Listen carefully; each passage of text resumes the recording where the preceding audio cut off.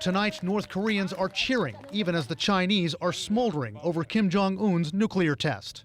It was a great insult. I think the Chinese at least believe that they were making some progress to keep North Korea somewhat under control. Analysts say the Chinese have never liked Kim Jong-un, and the feeling is mutual. And tonight, questions are raised about a North Korean girl band and whether it could have had a strange connection to the nuclear test. The Moranbong Band, Kim's hand-picked troupe of young women in tight dresses who sing Korean pop songs and patriotic tributes to their boss. This is a band that Kim Jong-un created. It is something that really has his name attached to it. These are emissaries for Kim Jong-un himself. The band made a much-anticipated trip to Beijing last month to perform in front of top Chinese Communist Party officials. It was seen as a crucial olive branch between traditionally close allies who'd had a falling out. But just hours before the concert, a curveball from Kim. He made an allusion in one of his visits internally in North Korea to claiming that North Korea not only had nuclear weapons, but they could do thermonuclear weapons as well. The Chinese were furious, and after a reported scramble in Beijing's back rooms, they decided on the ultimate snub.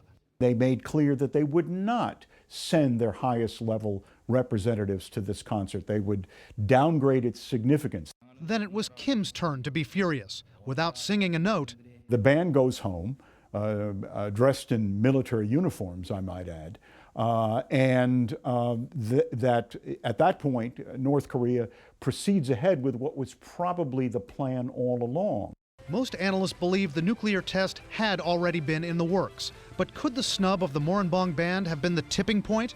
A U.S. intelligence official told the New York Times, quote, "I know this sounds like a crazy reason to set off a nuclear test, but stranger things have provoked North Korean action."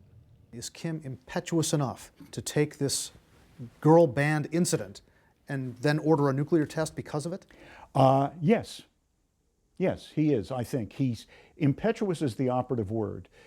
He is someone who seems to act often on impulse. Yes, he can be swayed one way or another very quickly by emotions.